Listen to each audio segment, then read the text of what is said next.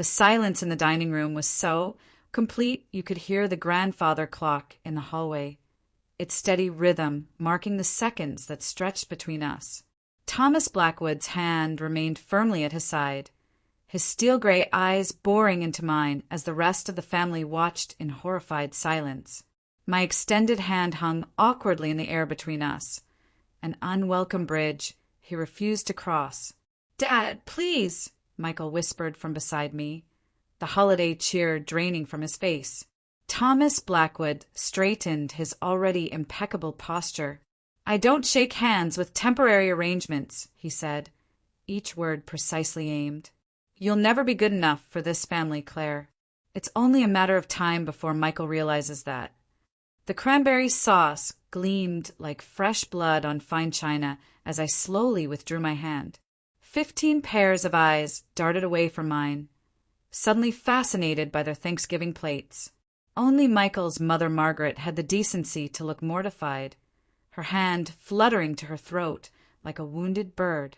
That was 5 years ago, the day I learned exactly what my father-in-law thought of the woman from the wrong side of town who had captured his only son's heart. The day I promised myself that somehow, someday, Thomas Blackwood would regret those words. I had no idea then that someday would arrive with him standing in my office, resume in hand, asking me for a job. When I first met Michael Blackwood at the library where I worked, I had no idea he came from one of the wealthiest families in Oak Ridge. He was just a handsome, slightly disheveled man with kind eyes who kept checking out books on architectural design and bringing them back with coffee stains on the cover pages. He'd apologize profusely each time, slipping me an extra $5 for the damages, which I dutifully put in the library's donation box. "You know," I told him after the third damaged book, "there are these amazing inventions called coasters." He'd laughed, a warm sound that seemed to fill the quiet corner of the library. "I'll have to look into that. Is that in the home improvement section?" 2 weeks later, he asked me to coffee. 6 months after that, he proposed on the library rooftop under a canopy of string lights he'd spent hours setting up while I was finishing my shift. "My parents want to meet you," he said one evening as we lay sprawled on the sofa in my tiny apartment, his fingers gently combing through my hair. "Dad's particularly interested. He doesn't think I've been serious enough about my relationships in the past." I should have recognized the warning in his words, the slight tension in his shoulders. But I was 27 in love and still believing in fairy tales where love conquered all, even class divides and family expectations. The first dinner with the Blackwoods had been uncomfortable but survivable. Their sprawling mansion made my palms sweat, and the casual way they discussed their recent trip to Monaco made me acutely aware of the second-hand dress I'd carefully selected for the occasion. Thomas Blackwood had asked pointed questions about my people and my aspirations, his thin smile never reaching his eyes. Margaret had been kind in that distant way of someone who had never needed to form deep connections outside her social circle. "They'll warm up," Michael assured me afterward, kissing my forehead as we sat in his car outside my apartment building. "Dad's just protective. He wants to make sure I'm not being impulsive." Impulsive. The word hung between us unexamined. I'd later understand it was code for throwing away your future on someone beneath your station. We married anyway, in a ceremony smaller than the Blackwoods wanted, but larger than I was comfortable with. Thomas gave a toast that sounded generous until you parsed the carefully chosen words about embracing Michael's choices and hoping for his continued success despite life's unexpected turns. I tried. God knows I tried to bridge the gap between the world I came from, daughter of a nurse and a factory worker who had scraped together enough for my college education, and the rarefied air the Blackwoods breathed. I endured the country club brunches where Margaret's friends asked if I found my work at the library fulfilling enough. I smiled through Thomas's backhanded compliments about how articulate I was. I absorbed the subtle digs about my clothes, my hair, my lack of social connections. But the Thanksgiving incident changed something fundamental in me. As Michael drove us home in tense silence, I made 2 decisions. I would never again put myself in a position where Thomas Blackwood could humiliate me, and I would channel my hurt into something productive. I want to finish my MBA, I told Michael that night. Part-time while keeping my job. He looked surprised but squeezed my hand. Of course, if that's what you want. It is, I said firmly. What I didn't say was that I needed something that was wholly mine, something Thomas Blackwood couldn't dismiss or diminish. For 2 years, I worked days at the library and studied nights. Michael supported me completely, proudly telling friends about my perfect GPA, helping quiz me before exams, bringing dinner to my study sessions. When I graduated with honors and was offered a junior position at Lumen Tech Solutions, a growing software company in the city, he bought me a leather portfolio embossed with my initials. "You're amazing, Claire," he whispered that night. "I always knew you were, but watching you these past 2 years, you're unstoppable when you set your mind to something." I needed that belief, because while my professional life was taking off, the Blackwood family situation had deteriorated. Thomas had stopped inviting us to family functions after a Christmas dinner where I'd had the audacity to correct him about a business news item. Michael maintained contact with his mother through lunches and occasional phone calls, but his relationship with his father had cooled to perfunctory birthday acknowledgments and stilted conversations at unavoidable social events. "He misses you," Margaret told Michael during one of their lunches, which he relayed to me afterward. "He's just too proud to admit he was wrong about Claire." "He wasn't wrong about me," I said, surprising both of us with my calm. "He never knew me enough to be right or wrong. He decided who I was the moment he heard where I grew up." At Lumen, I found myself thriving in ways I hadn't anticipated. My background in library sciences gave me an organizational edge, while my MBA provided the business acumen. I moved from junior analyst to team lead within 18 months. When our COO announced she was leaving, I gathered my courage and applied for the position, competing against external candidates with far more experience. "Your strategic thinking is exceptional," the CEO told me after a grueling interview process. "And you understand this company's culture in a way an outsider couldn't. The job is yours if you want it." At 32, I became the youngest C-suite executive in the company's history. The local business journal ran a feature on me, highlighting my unconventional path to corporate leadership. Michael framed the article and hung it in our newly purchased townhouse, beaming with pride every time he walked past it. The irony wasn't lost on me when, 3 months later, Blackwood Architectural Group, the prestigious firm Thomas had built from the ground up, lost their biggest client to a newer, more innovative competitor. The news traveled quickly through Oak Ridge's business community. Michael heard it from a colleague who had connections to both firms. "Dad's taking it hard," he said carefully over dinner one night. That client represented almost 30% of their annual revenue. I nodded, keeping my expression neutral. The market's changing. Traditional firms need to adapt or they'll keep losing ground. What I didn't say was that I wasn't surprised. Thomas Blackwood ran his company like his personal fiefdom, dismissing trends he considered fads, refusing to incorporate new technologies until clients demanded them.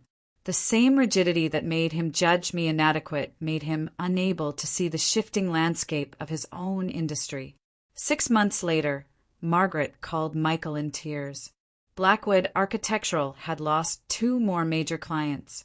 They were downsizing, letting go of staff who had been with the firm for decades. Thomas was working 18-hour days trying to save the company, but his health was suffering. "He won't listen to anyone," she sobbed. "He fired the consultant the board hired. He's convinced he can turn things around by sheer force of will." That night, I found Michael sitting in the dark in our home office, staring at the family photos on his desk. One showed him as a boy, maybe 10 years old, standing proudly next to his father at a construction site, both wearing hard hats. "He wasn't always like this," Michael said softly, not looking up. "When I was a kid, he taught me to fly kites and build model airplanes. He'd take me to job sites and explain how buildings came together, how you had to balance beauty and function. He finally met my eyes. Something changed when the company grew. It became his identity. Now he's losing it, and I don't think he knows who he is without it. I sat beside him, taking his hand. I'm sorry he's suffering, I said and meant it, but this isn't your burden to fix. I know. He sighed, but he's still my father. The headlines came 3 weeks later. Blackwood Architectural Group was filing for bankruptcy. The firm that had designed some of the most recognizable buildings in the state would close its doors after 35 years. The remaining clients were scrambling to transfer their projects, and nearly 60 employees were suddenly jobless. Michael didn't hear from his father. It was Margaret who called, her voice tight with controlled emotion. He's not well, Michael. The doctor says it's stress, but he's not himself. He sits in his study all day, staring at the wall. He won't talk about what happened. He won't consider what to do next. I watched my husband's face as he listened, saw the conflict in his eyes. Thomas Blackwood had wounded him deeply, had insulted and rejected his wife, had allowed pride to sever their relationship. But he was still the man in that photograph, the father who had once taught his son to fly kites. What can I do? Michael asked finally. Margaret hesitated. He needs purpose, something to focus on beyond this failure. A consulting position, maybe, somewhere his experience would be valued. The silence that followed contained multitudes. I knew what Margaret was really asking. Lumen had a well-established architectural division that managed our office spaces and data centers. Michael knew it too. I could see it in the way he carefully avoided looking at me. I'll think about it, he told his mother before hanging up. That night, we had our first real argument in years.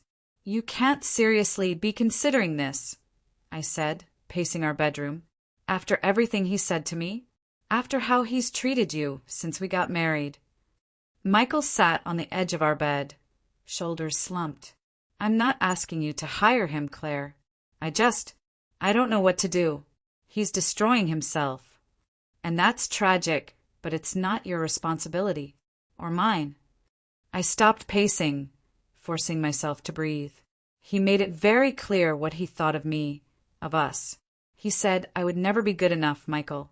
Right to my face, in front of your entire family. I know. Michael's voice was barely audible, and I've never forgiven him for that. But he's lost everything, Claire. Everything he spent his life building. I looked at my husband, this gentle man who believed in second chances in redemption, who had never fully severed ties with his father despite everything, because he kept hoping Thomas would change. I need time to think, I said finally. This isn't a simple decision. For 3 days, I wrestled with conflicting emotions. The vindictive part of me, the part still smarting from that Thanksgiving humiliation, wanted to refuse outright. Thomas Blackwood had made his bed. Let him lie in it. But there was another voice, quieter but persistent, reminding me that the measure of a person isn't in how they treat those who can benefit them, but in how they treat those who can't. On the 4th day, I called Margaret directly. I understand Thomas is looking for a position, I said, my voice steady despite my racing heart. Yes, she replied cautiously. He's finding it challenging. I imagine so.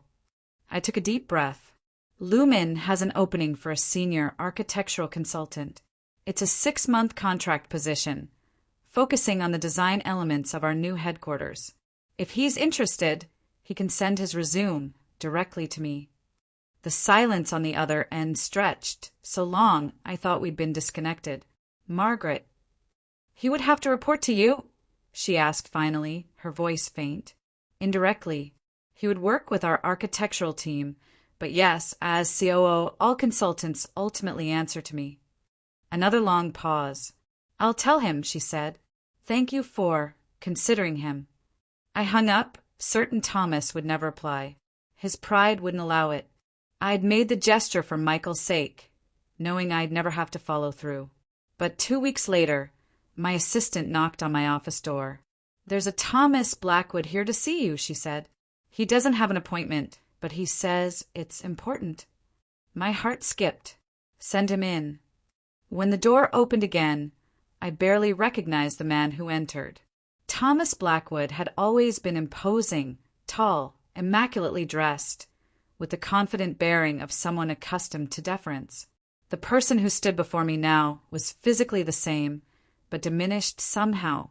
His expensive suit hung slightly loose on his frame, and the commanding presence had faded, replaced by something I never thought I'd see in him: uncertainty. "Claire," he said, and his voice at least was unchanged, that deep, cultured baritone that had once pronounced me unworthy. "Thank you for seeing me." I gestured to the chair across from my desk. "Please sit down." He did, placing a leather portfolio on my desk, not so different from the one Michael had given me when I graduated. From it, he withdrew a resume and slid it toward me. "Margaret mentioned there might be a consulting position available," he said, his eyes fixed somewhere over my shoulder. "I've taken the liberty of updating my credentials." I picked up the document, scanning it briefly. The impressive list of accomplishments, awards, and high-profile projects was familiar to me. What caught my attention was the objective statement at the top: seeking to contribute decades of practical experience while embracing innovative approaches in architectural design. It was as close to acknowledging the need for change as Thomas Blackwood was likely to come. "Why Lumen?" I asked, setting the resume down. "There are other firms that might be more aligned with your traditional approach." His eyes finally met mine, and I was surprised to see something like respect in them. "Because Lumen is succeeding where others are failing. Because your company represents the future of integrated workspace design." A pause. "And because I need to learn how to adapt if I'm to have any professional future at all." I leaned back in my chair, studying the man who had once declared I would never be good enough. 5 years ago, I would have given anything for this moment. Thomas Blackwood humbled, needing my approval, my help. But the satisfaction I'd imagined feeling was hollow in reality. "The position requires collaboration," I said. "It involves working with teams of younger designers who may challenge traditional methods. It demands flexibility and a willingness to consider perspectives that might initially seem uncomfortable." Thomas nodded slowly. "I understand that my previous approach led to failure. I'm prepared to listen and learn, even when it's difficult. And the position reports through the architectural division to me," I added, watching him carefully. "Would that arrangement present any personal challenges for you?" He flinched almost imperceptibly, but held my gaze. "No," he said quietly. "No challenges." I tapped my fingers on his resume, weighing options, consequences, potential outcomes. Thomas Blackwood was still a brilliant architect beneath the arrogance. His experience could be valuable to Lumen and it was a significant if he could truly adapt, truly collaborate. "I'll need to discuss this with the architectural team director," I said finally, "and review your portfolio in detail. I'll have an answer for you by the end of the week." Relief flashed across his face before he composed himself. "Thank you for your consideration." As he stood to leave, something made me ask, "Does Michael know you're here?" Thomas paused, hand on the doorknob. "No," he said after a moment. "Margaret told me about the position, but I haven't spoken directly with Michael in some time." The admission seemed to cost him something. Good, I thought, even as I recognized the uncharitable nature of the sentiment. 6 years, I said. "You haven't had a real conversation with your only son in 6 years. Because of me." He turned back, surprise evident on his face. "Because of my own foolishness," he corrected quietly. "My inability to see beyond my own expectations." He hesitated, then added, "I was wrong about many things, Claire. Perhaps everything that matters." With that, he left, closing the door softly behind him. I sat motionless at my desk, the unexpected admission ringing in my ears. After years of fantasizing about Thomas Blackwood getting his comeuppance, the reality was messier and less satisfying than I'd imagined. There was no triumphant victory in watching a proud man brought low, only the complicated recognition of shared humanity. The decision I faced now wasn't about revenge or vindication. It was about the kind of person I wanted to be, the kind of relationship I wanted my husband to have with his father, and whether Thomas Blackwood deserved the second chance he was asking for. That evening, I placed his resume on the kitchen counter where Michael would see it when he came home. When he picked it up, confusion giving way to shock as he realized what he was looking at, I simply said, "Your father came to see me today." The questions in Michael's eyes were too numerous to count. I took a deep breath, preparing to tell him everything, and to ask him if he thought his father deserved another chance. Michael stared at the resume in his hands, his expression cycling through disbelief, confusion, and something more complex, a cautious, fragile hope that he seemed afraid to acknowledge. "Dad came to your office." His voice was hushed, as if speaking normally might shatter some delicate equilibrium. "To apply for a job? With you?" I nodded, uncorking a bottle of red wine we'd been saving for a special occasion. This wasn't exactly what I'd had in mind when we'd purchased it, but the moment seemed to demand something stronger than our usual weeknight beverages. Showed up unannounced. "He's lost weight," I said, pouring us each a generous glass. "And something else, too. That certainty he always carried."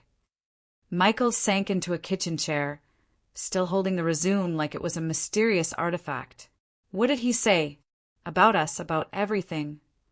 I sat across from him, sliding his wine glass closer. "Not much directly, but he did say he was wrong. About many things, perhaps everything that matters." His words.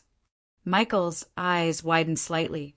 In the 13 years he'd known his father, Thomas Blackwood had never admitted to being wrong about anything significant. "Do you believe him?" Michael asked quietly. The question hung between us, weighted with years of hurt, of holidays missed, of conversations that ended in tense silence. I took a slow sip of wine, considering my answer carefully. "I believe he's broken," I said finally. "His company, his reputation, his identity, it's all gone. That kind of loss either destroys people completely or forces them to rebuild themselves differently." I met Michael's eyes. "I think he's at that crossroads now." Michael nodded slowly, finally setting the resume down. "And you're considering hiring him?" It wasn't quite a question. "I'm considering it," I confirmed. "The position is real and his expertise would be valuable and it's a significant if he can adapt to our culture and processes." I reached across the table, covering his hand with mine. "But I won't do it if you're not comfortable with it. This affects you too." My husband's eyes grew distant, looking inward at memories I couldn't share, of the father who had taught him to fly kites, who had later chosen pride over family, who had now arrived at our doorstep, metaphorically hat in hand. "He must have been desperate," Michael said softly, "to come to you, knowing everything that's between us." "Or brave," I suggested, surprising myself with the alternative interpretation. It couldn't have been easy, facing me after what he said. Michael's gaze refocused on me, a small smile touching his lips. "You're considering it, actually considering giving him a chance." I sighed, swirling the dark liquid in my glass. 5 years ago, I fantasized about this exact scenario, him needing something from me, being forced to acknowledge my worth. I shook my head ruefully, but now that it's happening, it just feels sad, empty. "Because you've outgrown the need for his validation," Michael said, with such certainty that I knew he believed it completely. Had I? The library assistant desperate to prove herself to her husband's imposing father seemed like another person entirely now. I had built a career, helped to lead a successful company, created a life that fulfilled me, all without Thomas Blackwood's approval. Maybe, I acknowledged, but there's something else too. Seeing him today, diminished like that, it reminded me of my dad after the factory closed. That lost look, the struggle to redefine yourself when what you've always done is suddenly gone. My father had eventually found his footing, retraining as a hospital maintenance supervisor, a job with less pay but more stability. The transition had been brutal on him, on all of us. I had witnessed firsthand how a proud man's identity could be shattered by circumstances beyond his control. "If you think he deserves this chance, I trust your judgment," Michael said, turning his hand to squeeze mine. "You've always been a better judge of character than me." I laughed softly. "I'm not sure that's true. You saw something in me when we met that no one else did." "I saw everything in you," he corrected, his voice warm. "I still do." We sat in comfortable silence for a moment, sipping our wine, the weight of the decision before us settling into something manageable, a challenge we would face together as we had faced every other obstacle in our marriage. "Call him," Michael said finally. "Tell him about the job. And tell him I'd like to have coffee. Just him and me." 3 days later, I called Thomas Blackwood to offer him the consulting position. His acceptance was immediate, his voice steady but underlaid with unmistakable relief. I outlined the terms: 6 months, 3 days a week, reporting to our architectural division head with quarterly reviews conducted by me personally. He didn't flinch at any of it. "I also thought you should know," I added, "Michael would like to meet with you. Outside of work." The silence on the other end of the line stretched long enough that I checked my phone screen to make sure we hadn't been disconnected. "Thomas." "Yes," he said, his voice rougher than before. "Yes, I'd like that very much." Michael met his father at a small coffee shop halfway between our home and the Blackwood estate. He returned 3 hours later, emotionally drained but lighter somehow, as if a burden he'd carried so long he'd forgotten its weight had finally been set down. "He apologized," Michael told me, wonder in his voice. "Really apologized, not one of those 'I'm sorry if you were offended' non-apologies. For everything. How he treated you, how he let his pride damage our relationship." "Did you believe him?" I asked, echoing his question from days before. Michael nodded slowly. "He cried, Claire. I've never seen my father cry before. Not when his parents died, not even when he nearly lost Mom during that complicated surgery 5 years ago." He shook his head in lingering disbelief. He said losing the company made him realize how much more he stood to lose if he didn't change. I absorbed this, trying to reconcile the broken man Michael described with the imperious figure who had once dismissed me so completely. "Did you forgive him?" "I told him forgiveness would take time," Michael said carefully. "That rebuilding trust happened slowly, but that I was willing to try if he was." He met my eyes. "I hope that was okay." I kissed him softly. "More than okay. It was wise." Thomas Blackwood's first day at Lumen arrived with unseasonable August heat that shimmered above the pavement and sent the city scrambling for air-conditioned sanctuary. I watched from my office window as he walked across the parking lot precisely 15 minutes before his scheduled start time. His posture military straight despite the heat, his suit impeccable as always. Our paths wouldn't cross officially until the afternoon project meeting, but I found myself oddly nervous as I reviewed quarterly reports, my concentration repeatedly drifting. How would he adjust to being a consultant rather than the ultimate authority? Would our younger architects resent his presence or welcome his experience? And most pressingly, how would we navigate the complicated personal history between us in a professional setting? My questions began to be answered at the 2 p.m. architectural review meeting. I arrived 5 minutes early to find Thomas already seated, not at the head of the table where he might have automatically gravitated in his previous life, but in a middle seat reviewing the project materials with focused attention. He rose when I entered, a reflexive courtesy that would have seemed affected from anyone else. "Claire," he acknowledged with a small nod, neither overly familiar nor coldly formal. "Thomas," I returned evenly. "I trust Aiden has helped you get settled." Aiden Chin, our 34-year-old architectural division head, had been briefed on Thomas's background, both professional and personal. He'd approach the situation with his characteristic calm pragmatism.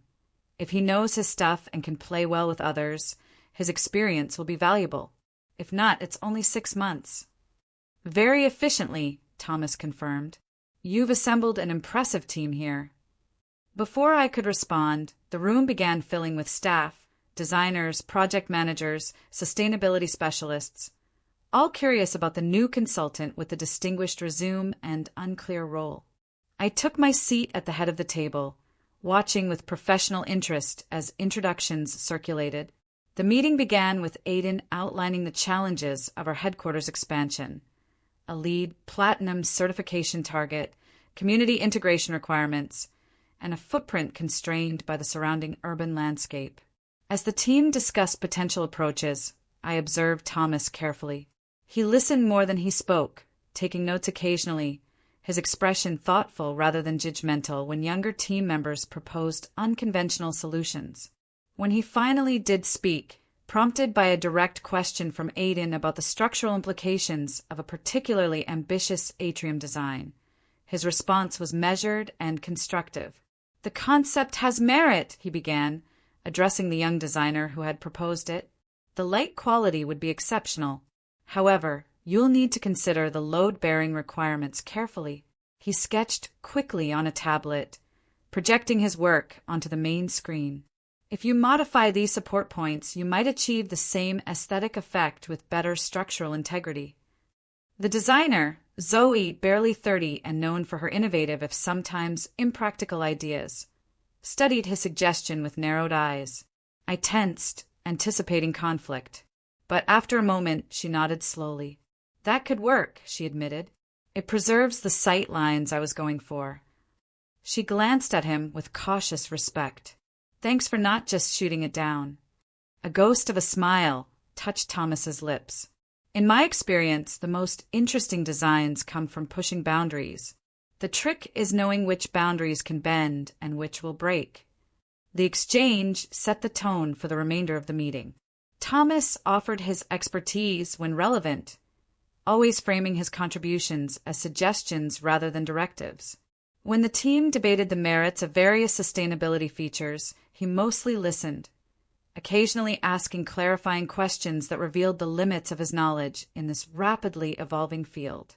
As the meeting concluded, I felt a cautious optimism. Thomas Blackwood was still brilliant, still detail-oriented to the point of perfectionism, but the dismissive arrogance that had defined him seemed muted, tempered by circumstance or choice or both. Over the following weeks, a pattern emerged.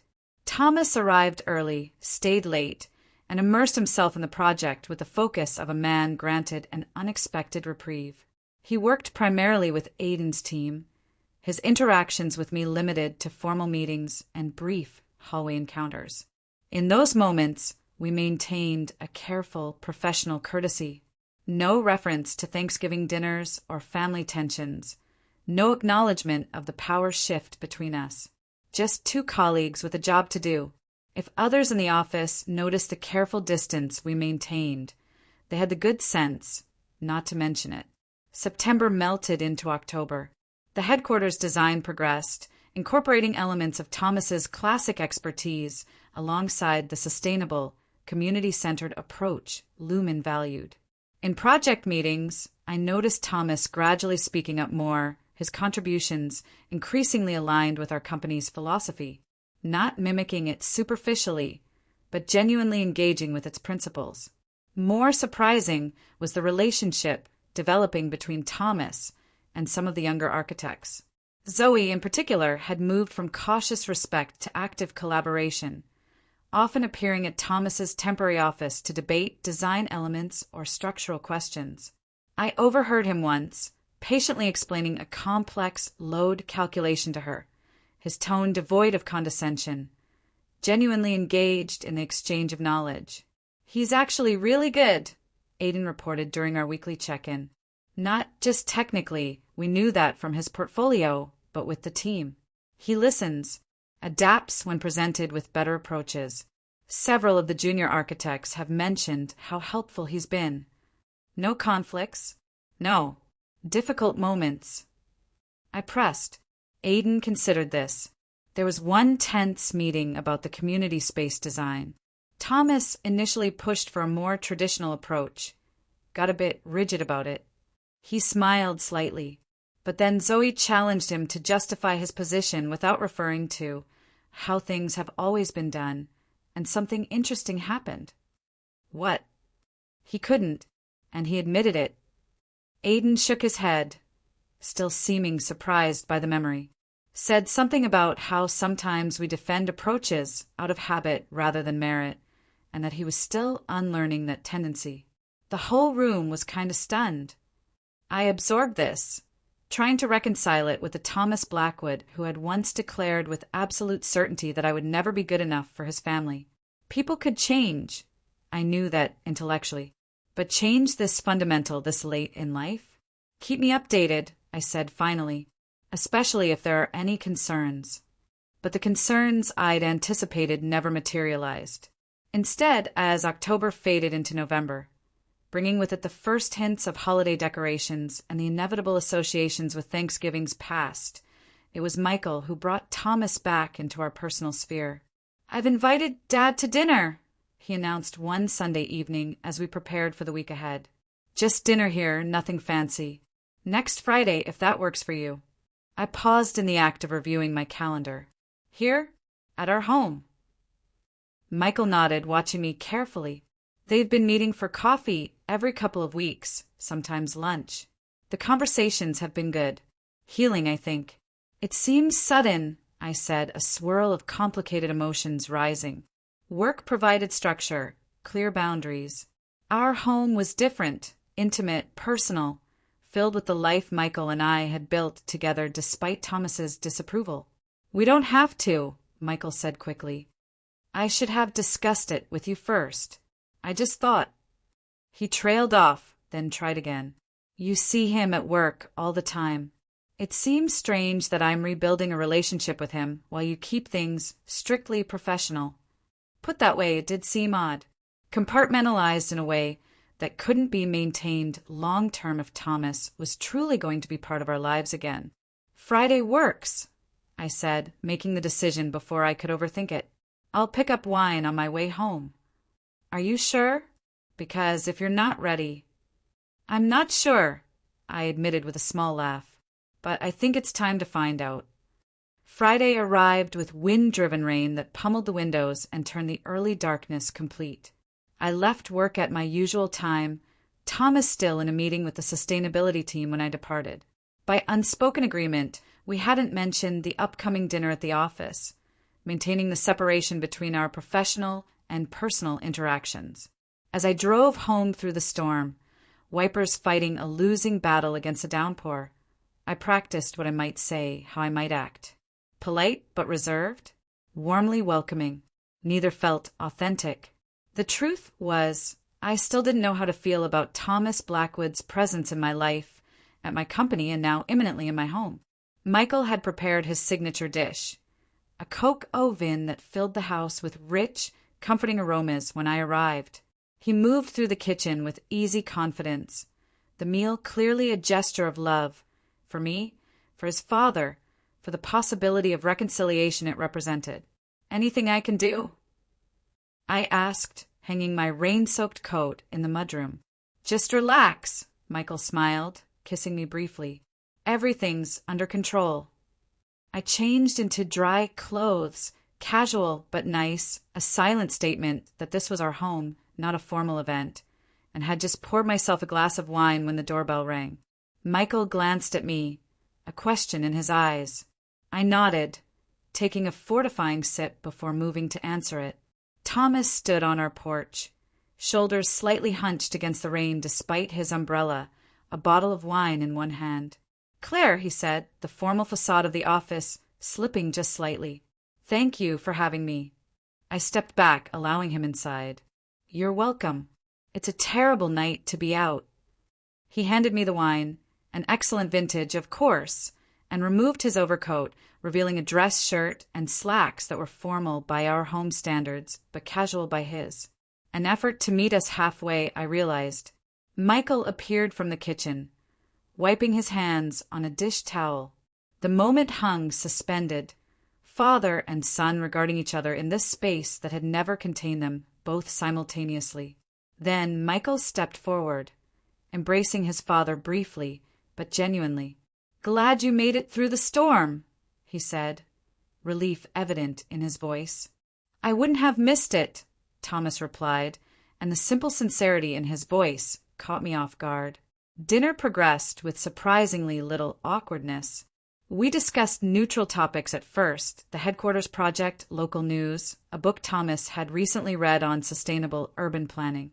Michael kept the conversation flowing when it threatened to stall, his natural warmth creating a buffer between Thomas and me. It was over dessert, a simple apple crisp with vanilla ice cream, that Thomas finally bridged the gap I'd been carefully maintaining. "I owe you an apology, Claire," he said, setting down his spoon. A real one, face to face, not filtered through Michael or implied in professional courtesy. The abrupt shift caught me mid-bite. I swallowed carefully, buying time, aware of Michael watching us both with barely concealed hope. "You've apologized to Michael," I said carefully. "That's what matters most." Thomas shook his head. "What I said to you, that Thanksgiving was unforgivable. I judged you based on superficial factors and preconceived notions. I was wrong about your character, your capabilities, your worth." He met my eyes directly. "You are not only good enough for my son. You are extraordinary.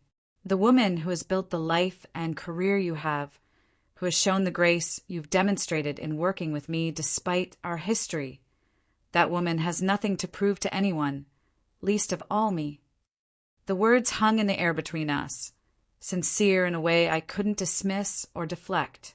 This wasn't just courtesy or expedience. Something fundamental had shifted in Thomas Blackwood, allowing him to see beyond the narrow parameters that had once defined his worldview. "Thank you," I said simply when I trusted my voice again. "That means more than I expected it would." A complicated truth. Part of me had wanted to believe I no longer needed his approval or acknowledgement, but hearing him recognize his error so plainly brought unexpected relief, as if a wound I'd grown accustomed to had suddenly stopped hurting. "I don't expect forgiveness," Thomas continued, "but I hope perhaps for a chance to demonstrate that I've learned from my mistakes, that I'm capable of change even at my age." A self-deprecating smile briefly softened his features. Michael reached across the table, squeezing my hand gently, supporting without pressuring. "Time will tell," I said finally, "but I'm willing to find out." The evening ended shortly after, the storm making a natural excuse for an early departure. As Thomas prepared to leave, retrieving his still damp coat, he paused at the collection of framed photos on our entryway table. One in particular caught his attention. Michael and me on our wedding day, laughing as we fed each other cake, oblivious to the camera. "You both look so happy," he said softly, almost to himself. "We were," Michael replied, standing beside his father. "We are." Thomas nodded, a complexity of emotions crossing his face. "I'm glad and grateful to be here now, even if it took losing everything else to make me see what really matters." After he left, Michael and I cleaned the kitchen in comfortable silence, the evening settling around us like a familiar blanket. It wasn't until we were preparing for bed that Michael asked the question I knew had been on his mind. "Are you okay with all of this?" I considered the evening, the apology, the man Thomas was becoming, or perhaps had always had the potential to be. "I think so," I said slowly. "It's strange. I spent years being angry at him, defining myself partly in opposition to his judgment. And now he admires you," Michael finished, "respects you professionally, is trying to make amends personally." Exactly. It's like being prepared to fight a battle only to have your opponent lay down their weapons and ask for peace. I smiled ruefully. "I'm still adjusting." Michael pulled me close, his arms warm and secure around me. "You're allowed to take your time, to trust gradually. Dad understands that." "I know," I murmured against his chest. And I think, eventually, we'll find our way to something better than what came before. The weeks that followed brought a gradual thawing in my professional interactions with Thomas. Our conversations began to extend beyond strictly work-related topics. He asked about books I was reading, shared insights from his decades of experience without presumption or condescension. I found myself genuinely interested in his perspectives, appreciating the value he added to the headquarters project. November advanced, bringing the inevitable question of Thanksgiving plans. Margaret called Michael, extending an invitation to dinner at the Blackwood home. Both of us explicitly included the first such invitation since that disastrous holiday 5 years before. "What do you think?" Michael asked after relaying the invitation. "We could go to your parents' instead, or host here, or even take a trip somewhere if you'd prefer to avoid the whole thing." I considered our options, remembering the pain of that previous Thanksgiving, weighing it against the changed dynamics of recent months. "Let's accept," I decided, "but I'd like to bring something, a side dish or dessert, something that makes me feel like a participant, not just a guest." Michael's smile was worth any lingering apprehension I felt. "Mom will love that. She mentioned she's scaling back this year, just us, my sister's family, and Aunt Judith. A smaller gathering, more intimate, less audience if things went sideways, but also less buffer between the principals in our ongoing family drama." Thanksgiving arrived crisp and clear, the morning sunlight gilding fallen leaves as we drove to the Blackwood estate. I am balancing a homemade cranberry orange tart on my lap, my mother's recipe, a small piece of my heritage to bring to this new chapter. Margaret greeted us at the door, her embrace warmer and more genuine than I remembered from years past. The house seemed less imposing somehow, though nothing had physically changed. Still the same soaring ceilings and museum-quality furnishings, but the atmosphere felt different. Less like a showcase, more like a home. Thomas appeared from his study, casually elegant in a sweater rather than his customary suit. He greeted Michael with an easy embrace, then turned to me, his expression open. "Claire," he said warmly, "thank you for coming." His eyes fell to the dish in my hands. "Is that homemade?" "My mother's recipe," I confirmed. "Cranberry orange tart." He smiled, a real smile reaching his eyes. "It looks wonderful. I've developed quite a sweet tooth in my old age. Margaret despairs of my cholesterol." This small human admission, so different from the carefully curated image he'd once projected, made something ease in my chest. We were all just people, ultimately. Flawed, complex, capable of growth and change. Dinner was served in the formal dining room, but the conversation flowed more naturally than I remembered from previous gatherings. Michael's sister Kate and her husband drew me into a discussion about a recent exhibit at the Modern Art Museum. Margaret asked genuine questions about my work at Lumen. Even Aunt Judith, traditionally Thomas's staunchest ally in family matters, complimented the tart I'd brought with authentic appreciation. It wasn't until dessert was served that Thomas gently tapped his water glass, drawing everyone's attention. My stomach tightened instinctively, old anxieties surfacing despite everything that had changed. "I'd like to say something, if I may," he began, his voice steady but lacking its former imperious tone. Thanksgiving is traditionally about gratitude, and I find myself profoundly grateful this year, though not for the reasons I might once have imagined. He paused, his gaze moving around the table before settling on me. 5 years ago, at this very table, I spoke words that were cruel and unjust. I failed to recognize the quality of character, the strength of spirit that Claire brings to our family. His voice roughened slightly. In the months since, through circumstances I never would have chosen, I've had the privilege of seeing firsthand the remarkable woman my son was wise enough to marry. Warmth crept into my cheeks as all eyes turned to me. Michael's hand found mine under the table, squeezing gently. "I've learned," Thomas continued, "that real worth isn't measured by the circles we move in or the names we carry, but by how we respond to adversity, by the integrity with which we treat others, especially those who have done us wrong. He raised his glass. So this Thanksgiving, I'm grateful for second chances, for the opportunity to know my son and daughter-in-law as the exceptional people they are, and for the grace they've shown in allowing me back into their lives. Emotion tightened my throat as glasses were raised around the table. In that moment, I realized the true victory wasn't in seeing Thomas Blackwood brought low, or even in hearing him acknowledge his mistakes. It was in the possibility of something new and better growing from the ashes of what had been broken, a relationship based on genuine respect rather than obligation or pretense.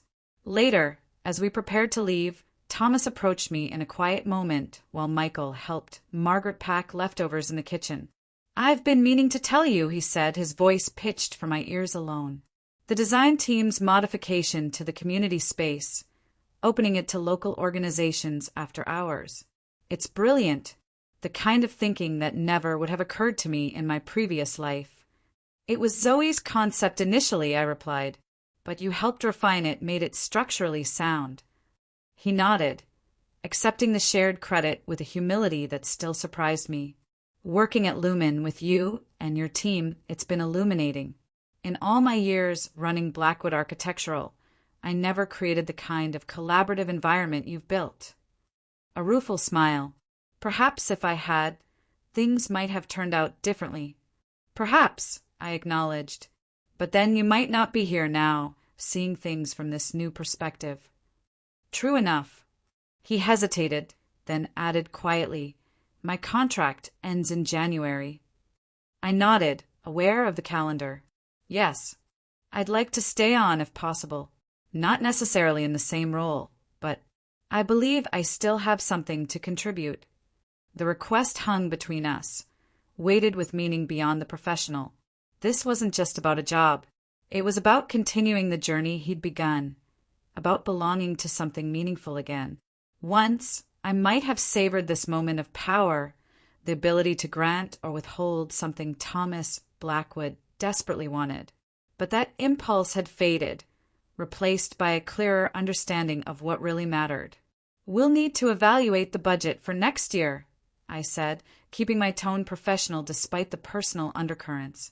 "But I think we can find a place for you. Your experience has been valuable, and your willingness to adapt has been notable." Relief and gratitude flickered across his face. "Thank you, Claire." "Don't thank me yet," I cautioned with a small smile. "Zoe has been talking about a community-centered redesign of our satellite office. She specifically mentioned wanting you on the team, something about needing your old-school structural genius to balance her wild sustainability fantasies." Thomas laughed, a genuine, unguarded sound I'd never heard from him before. "I believe I can work with that description." Michael appeared then, carrying a container of leftovers, his expression brightening at the sight of us conversing easily. "Everything okay?" "Yes," I said, meeting Thomas's eyes briefly before turning to my husband. "I think everything is going to be just fine." As we drove home through the gathering darkness, the Blackwood estate receding in our rearview mirror, I reflected on the journey that had brought us to this point. 5 years ago, I had left that same house humiliated and angry, certain that I would never be accepted, never be good enough in Thomas Blackwood's estimation. Now, ironically, he worked for my company, reported up through my organizational structure, sought my approval for his continued employment. The vindication I had once craved had arrived, but in a form I could never have anticipated and with an emotional resonance far different from what I had imagined. The true victory wasn't in power reversed or pride humbled.